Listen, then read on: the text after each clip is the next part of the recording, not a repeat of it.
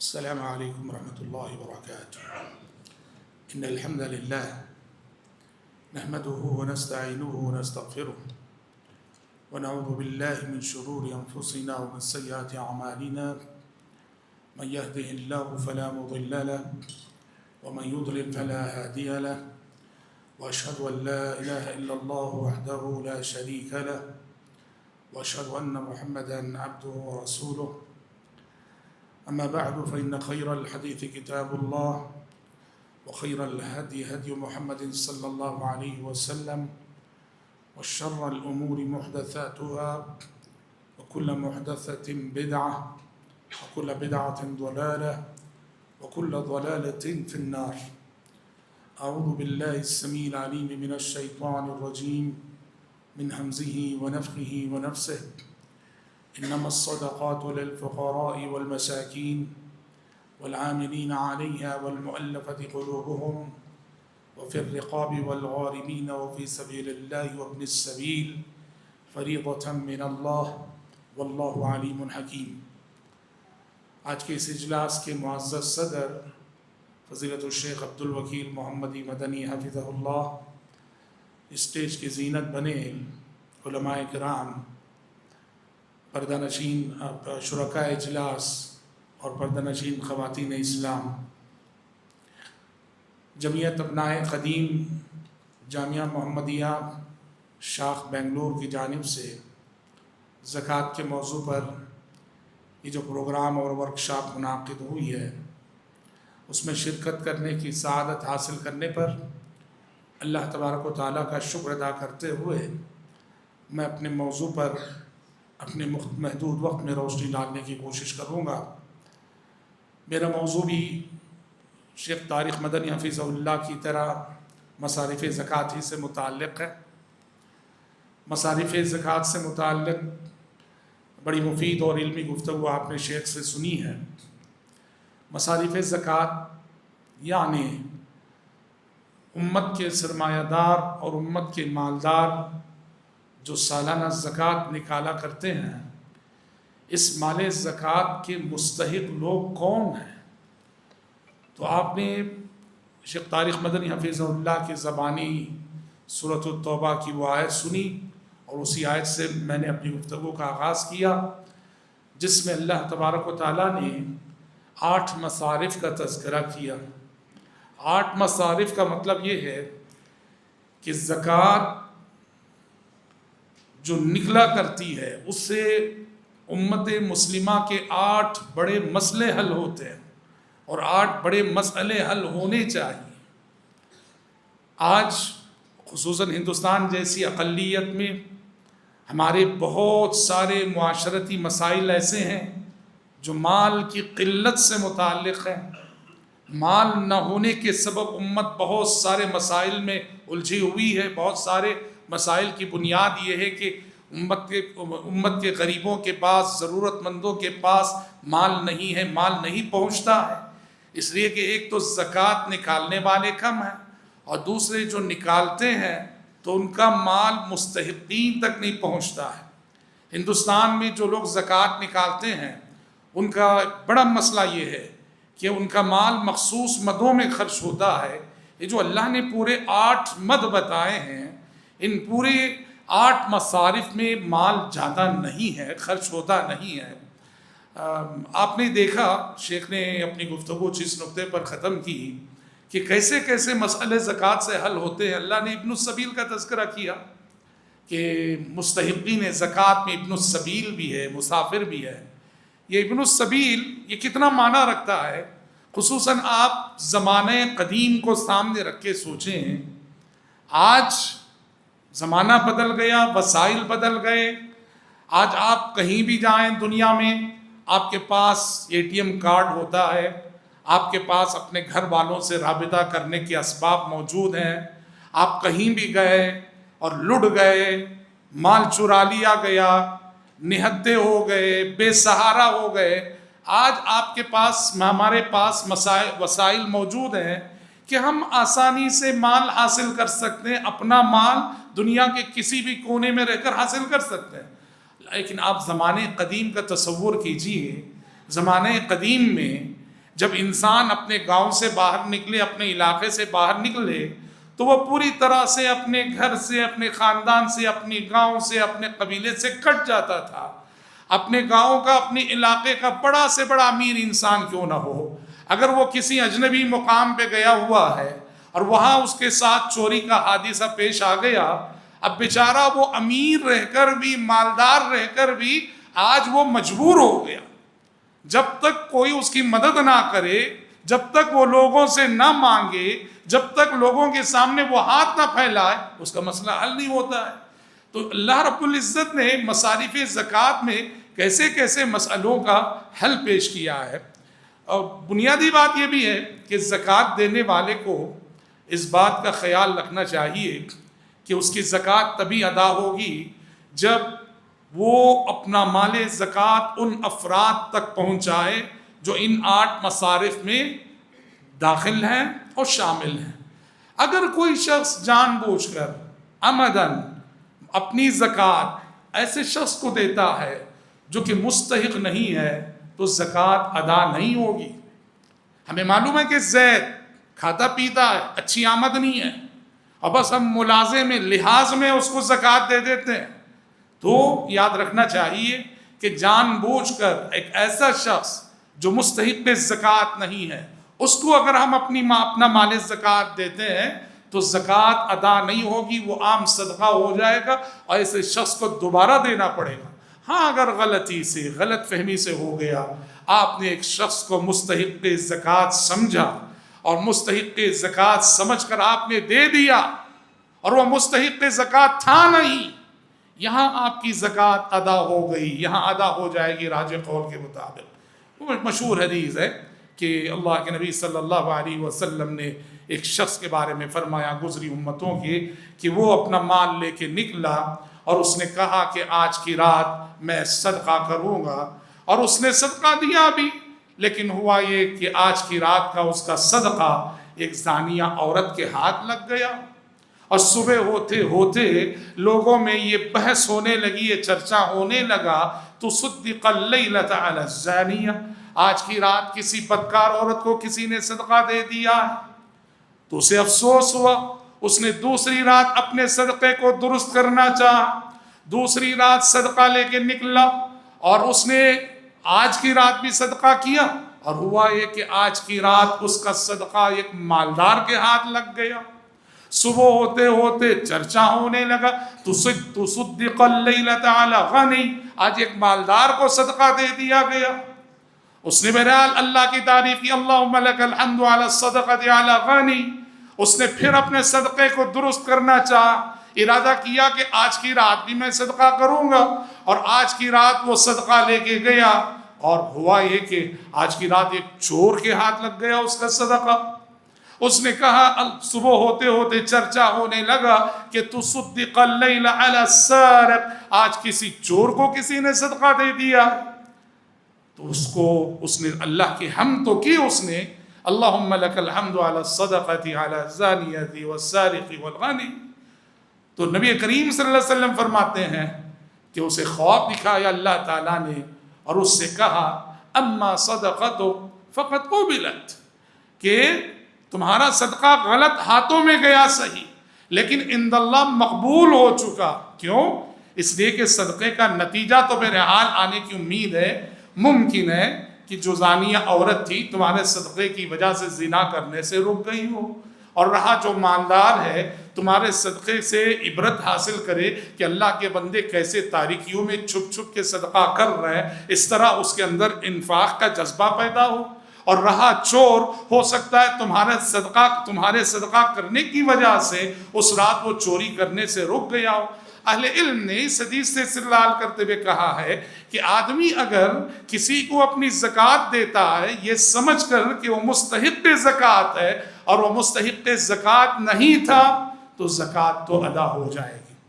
اچھا، یہ مصارف 8 ہیں، ان 8 مصارف میں کیا زکوٰۃ نکالنے والے کے لیے ضروری ہے کہ وہ اپنی زکوٰۃ کے 8 حصے کرے اور 8 کو دے؟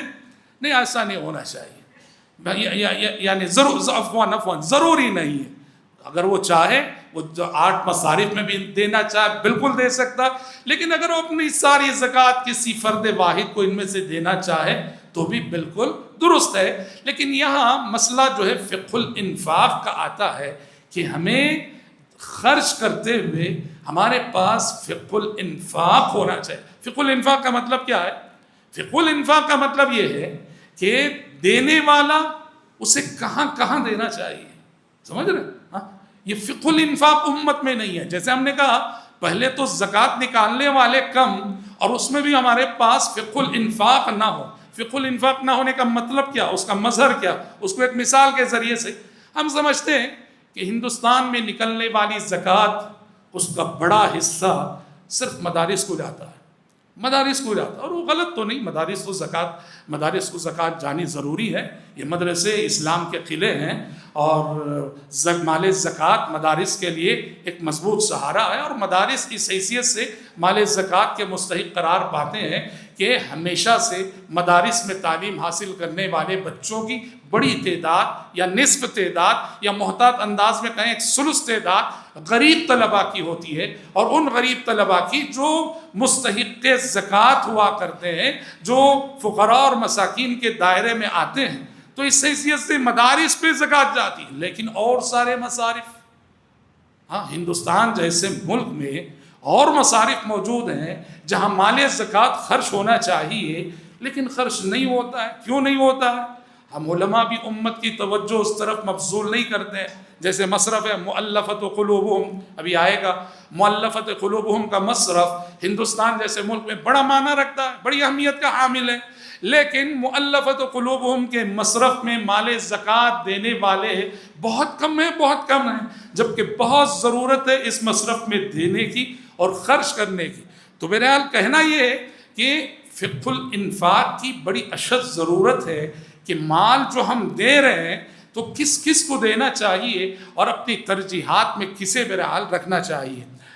میرے جو 4 مصارف جن پر مجھے گفتگو کرنی ہے، کل 8 مصارف ہیں، آخری 4 پر فضیلت الشیخ طارق مدنی حفظہ اللہ نے گفتگو کی، اور شروع کے جو 4 ہیں، انما الصدقات للفقراء والمساکین والعاملین علیہ، انما الصدقات للفقراء والمساکین والعاملین علیہ والمؤلفۃ قلوبہم، کہ یہ 4 مصارف یہ میرا موضوع ہے۔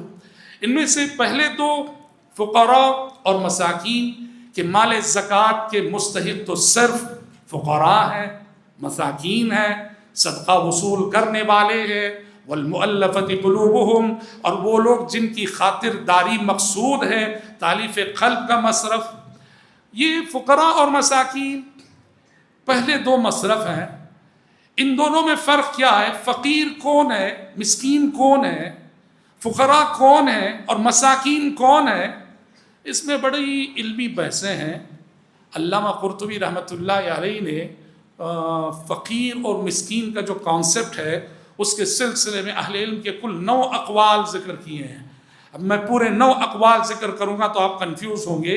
عام طور پر اہل علم فقیر اور مسکین کے درمیان فرق کرتے ہوئے جس بات کو راجح قرار دیتے ہیں وہ یہ کہ فقیر وہ ہے جس کے پاس کچھ نہ ہو، اور مسکین وہ ہے جس کے پاس ضروریات زندگی کی تکمیل کے لیے کچھ تو ہوتا ہے لیکن ناکافی ہوتا ہے۔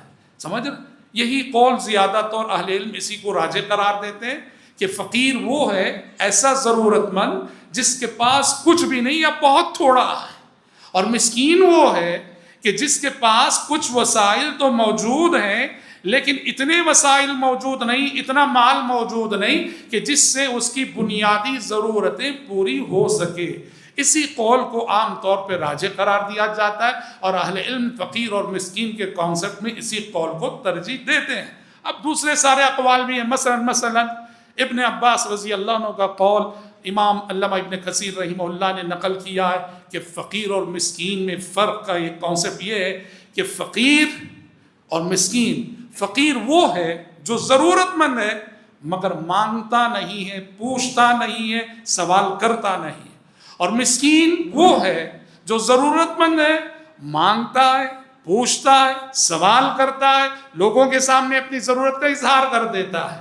تو علامہ حضرت ابن عباس کے اس قول کے مطابق یہاں فقیر اور مسکین دونوں ضرورت مند ہیں، دونوں ایک درجے کے ضرورت مند ہیں، مگر دونوں میں عزت نفس کا مسئلہ ہے۔ فقیر کے پاس عزت نفس ہے، وہ پوچھتا نہیں ہے، ہاتھ پھیلاتا نہیں ہے، مانگتا نہیں ہے، لیکن جو مسکین ہے وہ اپنی ضرورت لوگوں کے سامنے رکھ دیتا ہے، پوچھ لیتا ہے، مانگ لیتا ہے۔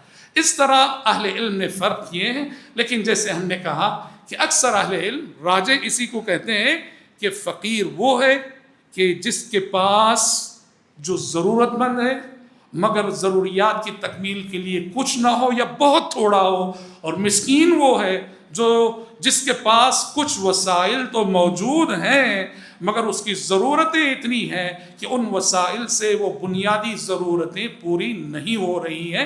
یہ دونوں ہی زکوٰۃ کے مستحق ہیں۔ یہ جو اس قول کو ترجیح دی جاتی ہے اس کی دلیل کیا ہے؟ اس کی ایک دلیل تو اہل علم کہتے ہیں کہ اللہ تبارک و تعالیٰ نے سورہ کہف میں فرمایا، حضرت موسیٰ و خضر علیہ السلام کا جو واقعہ ہے، اس واقعے میں ایک مرحلہ وہ آتا ہے کہ موسیٰ و خضر علیہ السلام ایک کشتی میں سوار ہوتے ہیں، اور کشتی میں سوار ہونے کے بعد حضرت خضر علیہ السلام کشتی کو عیبدار کر دیتے ہیں، عمدن جان بوجھ کر۔ کشتی والوں نے احسان کیا ہے، سوار کرایا ہے، اور خضر علیہ السلام اس کشتی کو توڑ دیتے ہیں، عیبدار کر دیتے ہیں۔ موسیٰ علیہ السلام کو اعتراض ہوتا ہے، آپ نے یہ کیا کیا ہے؟ انہوں نے ہم پہ احسان کیا ہمیں سوار کرا کے، اور آپ کشتی کو توڑ رہے ہیں، عیبدار کر رہے ہیں۔ تو خضر علیہ السلام نے بعد میں جواب دیا تھا، کہا تھا اما السفینہ فکانت لمساکین یعملون فی البحر، رہا سفینہ کشتی تو یہ کچھ مسکینوں کی تھی جو سمندر میں کام کیا کرتے ہیں۔ اہل علم کہتے ہیں کہ وہ کشتی کے مالک ہیں اور قرآن انہیں مسکین قرار دے رہا، کشتی کے مالک ہیں۔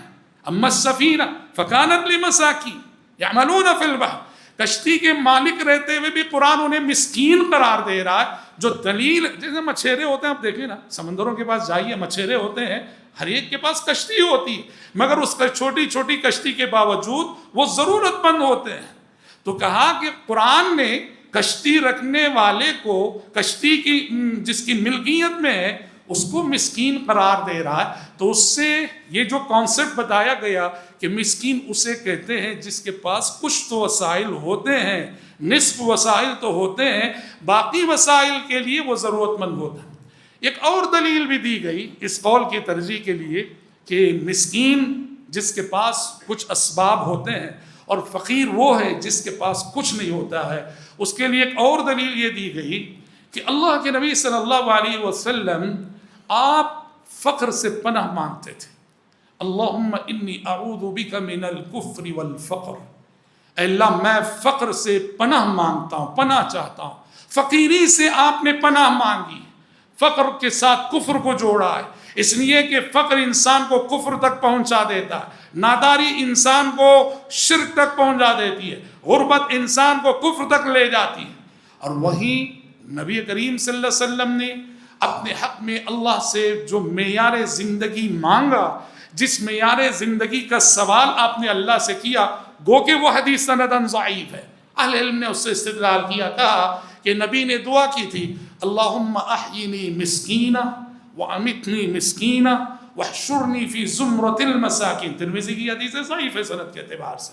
کہا کہ اللہم احیینی مسکینہ، اے اللہ مجھے مسکین کی حیثیت سے زندہ رکھ، مسکین کا معیار زندگی نصیب کر، اور اسی مسکینی کی حالت میں موت دے۔ وَاحْشُرْنِي فِي زُمْرَةِ الْمَسَاكِينَ، اور انہی مسکینوں کے ساتھ مجھے روز حشر اٹھانا۔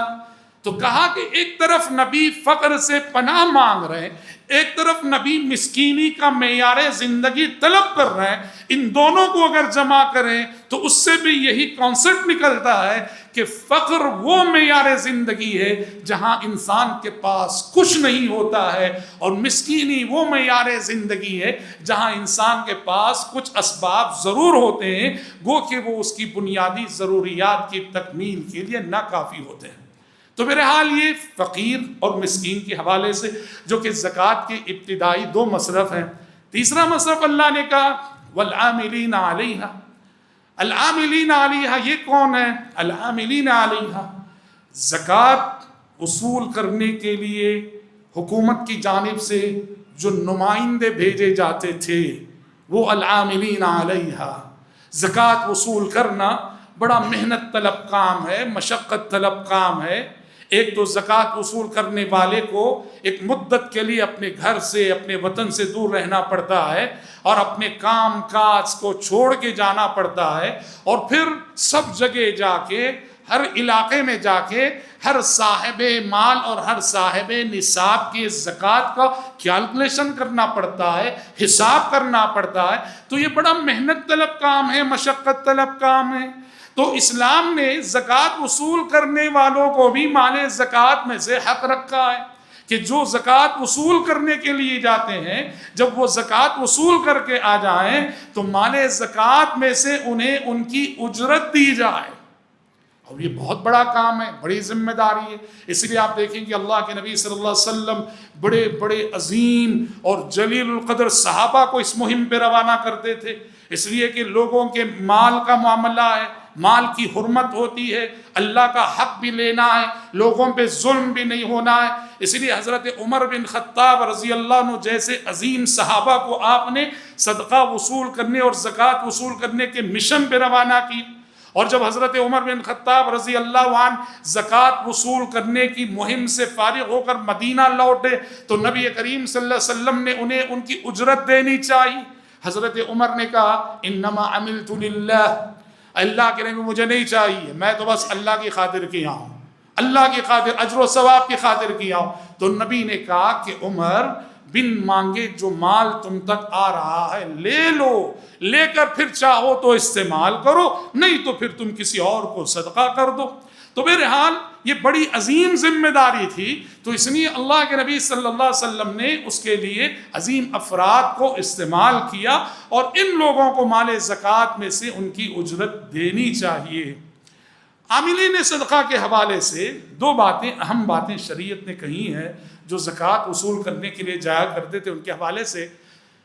پہلی بات تو یہ ہے جو عامل صدقہ ہوتا ہے نا، جو زکوٰۃ وصول کرنے کے لیے حکومت کا نمائندہ جاتا ہے، اس کے ساتھ چونکہ حکومت کی تائید ہوتی ہے، وہ حکومت کا نمائندہ ہوتا ہے، تو شریعت نے اسے سخت تنبیہ کی کہ تمہارے ساتھ ایک طاقت ہے، ایک پاور ہے کہ تم حکومت کے آدمی ہو، حکومت کے نمائندے ہو، ہوشیار اپنے اس پاور کا غلط استعمال نہ کرنا، زکوٰۃ کا صحیح کیلکولیشن کرنا. سمجھ رہے؟ حکم تھا زکوٰۃ وصول کرنے والوں کو ایاک وکرائم اموالہم، کہ زکوٰۃ میں جو کون سا مال لیں گے، جو ایک دم عمدہ ہو وہ بھی نہیں لینا، جو ایک دم گھٹیا ہو وہ بھی نہیں لینا، درمیانی قسم کا جو مال ہے وہ لینا. جیسے جانوروں کی تفصیل ابھی آپ نے شیخ طارق کی زبانی سنی کہ جانوروں کی زکوٰۃ کیسے لی جاتی ہے. اب جانور میں کیا ہے، کچھ بڑے ہی تندرست ہوتے ہیں، بڑے ہی توانا ہوتے ہیں، بیچارے مالک کا دل اٹکا رہتا ہے اس جانور میں، اسے دیکھ دیکھ کے خوش ہوتا ہے. زکوٰۃ میں ایسے جانور کو نہیں لینا چاہیے، الا یہ کہ اگر وہ خود اپنی مرضی سے دے رہا تو ٹھیک. اور ویسے گھٹیا مال بھی نہیں لینا چاہیے، اس سے غریبوں کا نقصان ہوتا ہے. درمیانی قسم کا مال لینا چاہیے. اب عامل صدقہ اگر ظالمانہ مزاج کا ہے، جابرانہ مزاج کا ہے اور اپنے اختیارات کا غلط استعمال کرتے ہوئے اگر وہ لوگوں پر زبردستی کرتا ہے، زبردستی کرے اور زکوٰۃ کی کیلکولیشن میں کچھ غلطی کرے اور زیادہ لے لے یا کہ لوگوں کا نفیس مال لے لے، تو نبی نے کہا ہوشیار لوگ پبلک کے بے بس ہے. تمہارے ساتھ حکومت کی طاقت تم زبردستی لے لو گے، لیکن اگر تمہاری جانب سے عوام پہ ظلم ہو گیا نا اور اس عوام نے بے بسی کے عالم میں بد دعا کر دی نا، وہ بد دعا تمہیں لگ جائے گی، کوئی بچا نہیں سکے گا تمہیں. آپ نے کیا کہا حضرت معاذ بن جبل سے، واتق دعوة المظلوم فإنه ليس بينها وبين الله حجاب. آپ نے کہا زکوٰۃ وصول کرنے جا رہے ہو، یاد رکھو کہ کسی پہ تمہاری جانب سے ظلم نہیں ہونا چاہیے. اور یہ بات صرف زکوٰۃ وصول کرنے والے کے لیے نہیں، ہر صاحب اختیار کے لیے. جس کے پاس بھی زندگی میں کہیں کوئی اختیار ہوتا ہے، کوئی عہدہ ہوتا ہے، کوئی منصب ہوتا ہے، اسے یہ بات یاد رکھنی چاہیے آج میں صاحب اختیار ہوں. اللہ کے نبی نے جو ابو مسعود رضی اللہ عنہ سے کہا کہ تمہیں اللہ پر اس سے زیادہ اختیار حاصل ہے، تو عامل صدقہ کو یہ حکم تھا کہ واتق دعوت المظلوم، مظلوم کی بد دعا سے بچنا، کہ اس کے اور اللہ کے درمیان کوئی حجاب نہیں ہوتا ہے، کوئی آڑ نہیں ہوتی ہے، کوئی رکاوٹ نہیں ہوتی ہے. تو ایک بات تو اس کا خیال رکھنا پڑتا ہے عامل صدقہ کو. اور دوسری بات کہ عامل صدقہ جب اسے لوگوں کے مال کا ذمہ دار بنا کے بھیجا جا رہا ہے، ہو سکتا ہے اس کی نیت خراب ہو اور وہ اپنے اس عہدے کو اپنے مفاد کے لیے استعمال کر لے. شریعت نے یہاں بھی روک لگائی، چنانچہ عامل صدقہ کے لیے منع کر دیا گیا کہ وہ اس مہم کے دوران، زکوٰۃ وصول کرنے کی مہم کے دوران، کسی کا دیا ہوا گفٹ اور ہدیہ قبول نہیں کر سکتا. ناجائز ہے. اس کو گفٹ دیا ہی نہیں جا سکتا. لوگ اپنی مرضی سے بھی دے، وہ نہیں لے سکتا. اگر لے لیا ہے تو سیدھا جا کے بیت المال میں جمع کرنا ہے. اللہ کے نبی کے زمانے میں ایک صاحب کو نبی نے بھیجا عامل صدقہ بنا کر، وہ زکوٰۃ وصول کر کے آئے، کہا کہ یہ لیجیے یہ زکوٰۃ ہے، اور رہا یہ مال، یہ ہدیے ہیں جو مجھے دیے گئے ہیں. ابن اللطبیہ ان کا نام بتایا جاتا ہے. تو اللہ کے نبی صلی اللہ علیہ وسلم سخت برہم ہوئے، آپ سخت غصہ ہوئے. آپ نے کہا فَهَلَّا جَلَسَ فِي بَيْتِ أَبِيهِ وَأُمِّهِ فَيَنْظُرْ هَلْ يُهْدَى لَهُ أَمْ لَا. کہا کہ ہدیہ کون سا ہدیہ؟ امی ابا کے گھر میں بیٹھے رہتے تو دیکھتے کہ وہ ہدیے تم تک کیسے چل کر آتے. ہاں، تو اللہ کے نبی صلی اللہ علیہ وسلم نے کہا جمع کرو، وہ ہدیے بھی جمع کرو بیت المال میں. عامل صدقہ کے لیے ہدیے قبول کرنا ناجائز. کیوں جانتے ہیں؟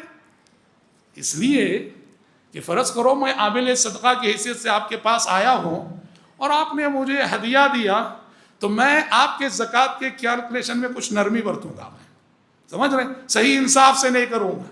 تو حقیقت میں یہ ہدیہ نہیں. کیا ہے یہ حقیقت میں ہدیہ نہیں، یہ رشوت ہے. ہدیہ نہیں، یہ ہدیہ رشوت بن جاتا ہے. اور اس رشوت کی وجہ سے میں عامل صدقہ بن کر لوگوں کے درمیان امتیازی سلوک کروں گا. اس لیے شریعت نے عامل صدقہ کے لیے جو زکوٰۃ وصول کرنے جاتے ہیں کسی بھی قسم کے ہدیہ قبول کرنے کو منع قرار دیا ہے، ناجائز قرار دیا ہے. بہرحال مصارف زکوٰۃ میں سے یہ تیسرا مصرف ہے العاملین علیہا. جو لوگ زکوٰۃ وصول کرنے کے لیے جایا کرتے ہیں، مال زکوٰۃ میں سے انہیں ان کی اجرت دی جائے، بھلے سے وہ اپنی جگہ غنی کیوں نہ ہو، مالدار کیوں نہ ہو، وہ زکوٰۃ میں سے حق رکھتے ہیں. وہ مال زکوٰۃ ان کے لیے پاک ہے. چوتھا مصرف والمؤلفۃ قلوبہم. یہ کون ہے؟ کہ وہ لوگ جن کا دل رکھنا مقصود ہو، جن کی خاطرداری مقصود ہو، تالیف قلب مقصود ہو. یہ کون لوگ ہیں؟ والمؤلفۃ قلوبہم. اس میں جو ہے سب سے پہلے مہاجر آتے ہیں. مہاجر جنہیں ہم نو مسلم بولتے ہیں، جو لوگ ابھی اسلام میں داخل ہوئے ہیں. تو جو مہاجر ہوتے ہیں ان کی بڑی ضرورتیں ہوتی ہیں، وہ ہماری مدد کے مستحق ہوتے ہیں، ہمارے تعاون کے مستحق ہوتے ہیں، ہماری ہمدردی کے مستحق ہوتے ہیں. اس لیے کہ ان میں سے بہت ساروں کو ان کی فیملیاں بے دخل کر دیتی ہیں. بھلے سے بے دخل نہ بھی کریں، ان کا دل رکھنا مقصود ہوتا ہے. اس وجہ سے مال زکوٰۃ میں سے ان کی مدد کرنی چاہیے، دینا چاہیے. اور اس کے علاوہ اہل علم کہتے ہیں کہ مسلمانوں کے علاوہ اس میں دو قسم کے غیر مسلم بھی آتے ہیں. المؤلفۃ قلوبہم کے مصرف میں دو قسم کے غیر مسلم آتے ہیں جنہیں مال زکوٰۃ میں سے دیا جانا چاہیے. ایک کہتے ہیں کہ وہ غیر مسلم جو اسلام سے متاثر ہے، اسلام سے قریب ہے، اور اس کے ساتھ احسان کا معاملہ کرنے کی صورت میں وہ اسلام میں داخل ہو سکتا ہے، اسلام میں داخل ہونے کی امید ہے، تو کہتے ہیں مال زکوٰۃ میں سے اس کو دیا جانا چاہیے. اور اسی طرح سے کہتے ہیں کہ ایسا غیر مسلم کہ اگر اس کی جانب سے مسلمانوں کو شر لاحق ہونے کا اندیشہ ہے، لیکن اگر اس کی مادی مدد کر دی جائے تو وہ مسلمانوں سے اپنا شر روک سکتا ہے یا شر پسندوں کو روک سکتا ہے، تو اہل علم کہتے ہیں کہ ایسے انسان کو بھی مال زکوٰۃ میں سے دیا جا سکتا ہے۔ یہ المؤلفۃ قلوبہم کا مصرف ہے۔ کہا جاتا ہے کہ حضرت عمر بن خطاب رضی اللہ عنہ نے اپنے زمانے خلافت میں المؤلفۃ قلوبہم کے مصرف پہ وقتی طور پہ روک لگا دی تھی۔ وہ کہتے تھے کہ اسلام مسلمان جب کمزور تھے تو تب یہ دیا جاتا تھا، آج اسلام عزیز ہے، آج ہم نہیں دیں گے۔ بحیثیت حاکم وقت حضرت عمر نے جو کچھ فیصلے لیے جو دور اندیشی پر مبنی تھے، اس میں سے ایک فیصلہ تھا یہ۔ بہرحال وہ وقتی حالات کے تحت خلیفہ وقت لیتے ہیں، لیکن اصل حکم تو تا قیامت باقی رہے گا۔ دیکھیے، میں چونکہ 4 بجے وقت ختم ہو رہا ہے، اذان کا وقت ہے، ملک ہندوستان میں خاص طور پہ میں اس جانب توجہ دلانا چاہوں گا، ہمارے جو مہاجر بھائی ہیں، مہاجر بہنیں ہیں، ان کے بے شمار مسائل ہوتے ہیں۔ افسوس ہے کہ کوئی ان کی مدد نہیں کرتا، علماء ان کی مدد کی جانب قوم کو توجہ نہیں دلاتے۔ امت کے مالداروں کو، سرمایہ داروں کو، زکوٰۃ نکالنے والوں کو، جیسے مدارس کا آپ خیال رکھتے ہیں، بہت ضروری ہے۔ ہماری یہ جو مہاجر بھائی بہنیں ہیں جو اپنی مرضی سے قربانی دے کر اسلام میں آتے ہیں، ان کی بہت ساری ضرورتیں ہوتی ہیں، کیسی کیسی قربانیاں ہوتی ہیں۔